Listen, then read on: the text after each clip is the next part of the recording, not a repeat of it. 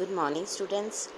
Today I am going to continue my lecture for plus 2 political science. As you have already studied about what is Cold War, Cuban Missile Crisis, emergence of two superpower blocs. Now we are going to continue our topic regarding arenas of Cold War. Yesterday, I have told you about NAM, Non-Aligned Movement, which was joined by least developing country or the countries which are recently decolonized. 5 permanent members joined the NAM because they were not eager to participate in the war or to join both bipolarity, that is USA and USSR. USA and USSR understood करते थे कि war जो है might occur in spite of restraint. दोनों में से हर side miscalculate the number of weapons in the possession of other side. They might misunderstand the intentions of other side. What if there was a nuclear accident? If Third World War start, what would happen? अगर एक country जो है मतलब super power fired off a nuclear weapon by mistake, or soldier mischievously shoot off a weapon deliberately to start a war.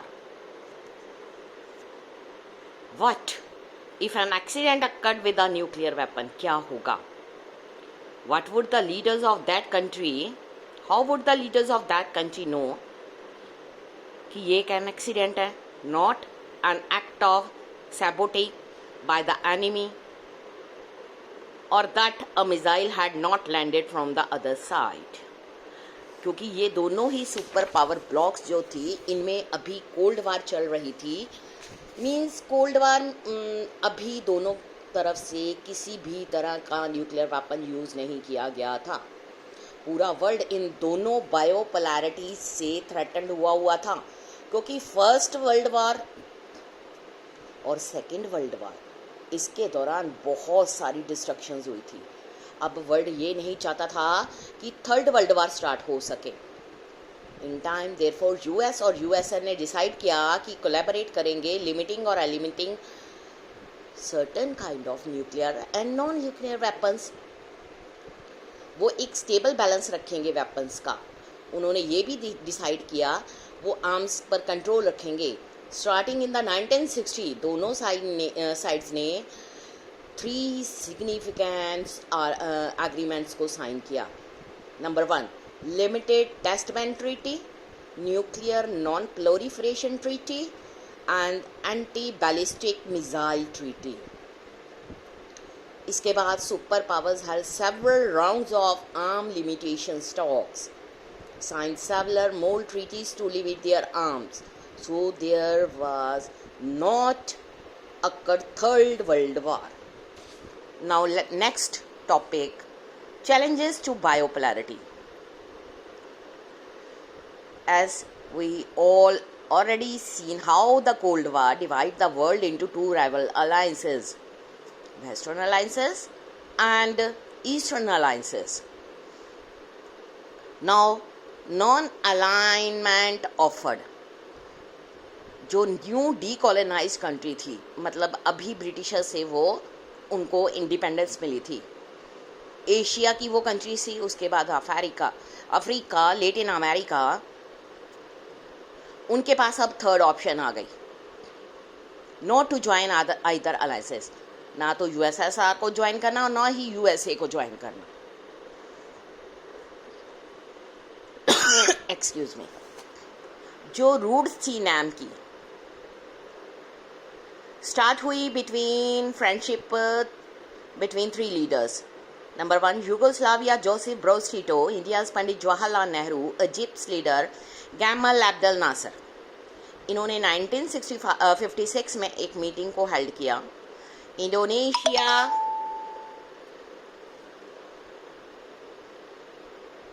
सुकारनो, घानास, क्वामे Nkrumah, उनको support किया नाम के इन 3 leaders को, इसलिए ये दोनों ने भी इनको ज्वाइन कर लिया और 5 लीडर्स जो थे नाम के परमानेंट 5 फाउंडर्स बन गए।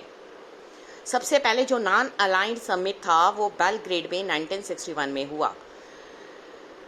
इसमें क्लुमिनेशन हुई 3 फैक्टर्स। नंबर 1,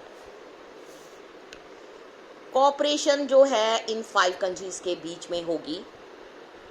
कोल्ड वार की जो टेंशन्स हैं और वो जो बायोपोलैरिटी यानी कि 2 सुपर पावर हैं वो अपने एरिनास को वाइडन कर रहे थे, उसको कैसे रोका जाए। ड्रामेटिक एंट्री ऑफ बहुत सारी new decolonised African countries into international arena. 1960 में 16 न्यू अफ्रीकन मेंबर्स जो थे यूनाइटेड नेशन के मेंबर्स बन गए। जो फर्स्ट समिट हुई थी उसको 25 मेंबर स्टेट ने ज्वाइन किया। उसके बाद ईयर्स बीतते गए, जो नान की मेंबरशिप थी वो एक्सपैंड होती गई। जो इसकी लेटेस्ट मीटिंग है 14 समिट जिसको कहते हैं, वो हवाना में 2006 में हुआ। इसमें 116 मेंबर स्टेट थी और 15 उसमें ऑब्जर्वर कंट्री थी। अब जो नॉन अलाइनमेंट मूवमेंट थी ना, वो एक पॉपुलर इंटरनेशनल मूवमेंट बन गई। Different type of countries, that means decolonised countries, उनके डिफरेंट पॉलिटिकल सिस्टम और इंटरेस्ट के कारण उन्होंने नाम को ज्वाइन किया। सो इस मूवमेंट में लेस होमोजीनियस था and also made difficult to define in a very neat and precise terms. Actually अगर हम बात करें what did it really stand for, NAM was easier to define in terms of what it was not. It was not about being a member of an alliance. ना तो ये USA का member था और ना USSR का। इसकी main policy क्या थी? Staying away from alliances, but it doesn't mean considered to be isolationisms or neutrality. Non-alignment is not isolations. It में आइसोलेशंस का मीन होता है कि remaining allow from world affairs. World के जितने भी अफेयर्स हैं उसमें किसी तरह की इंटरफेयर्स नहीं करनी, उसमें पार्टिसिपेट नहीं करना। But isolationism sums up foreign policy of US from American war of independence in 1787। That means up to the beginning of first world war. अगर कंपैरिजन देखें नॉन अलाइंड कंट्रीज का इंक्लूडिंग इंडिया, इन्होंने एक active role play किया as a mediator between the 2 rival alliances in the cause of peace and stability. इसको बनाने के लिए NAM का एक बहुत ही इम्पोर्टेंट रोल था। जो इनकी स्ट्रेंथ थी वो बेस करती थी यूनिटी पर and their resolve to remain non-aligned despite the attempt by 2 superpowers to bring them into their alliances. Non-alignment is also not neutrality.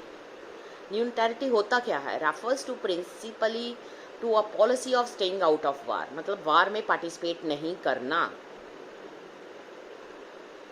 जो स्टेट न्यूट्रलिटी में पार्टिसिपेट कर रही थी are not required to help and a war, but they do not get involve in wars. War में वो शामिल नहीं हुई।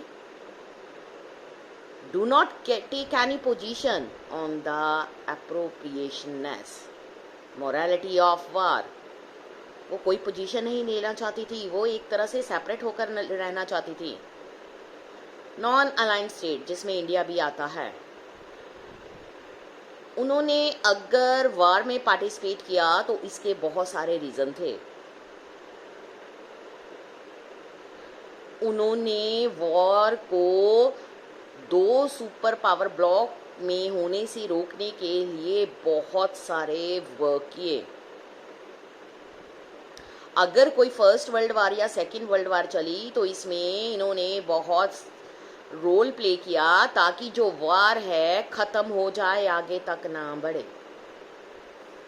और ये नॉन अलाइन मूवमेंट को ज्वाइन किसने किया था? ये नॉन अलाइन मूवमेंट को ज्वाइन किया था जितनी भी लीस्ट डेवलप्ड कंट्रीज थी. दे वर अपार्ट,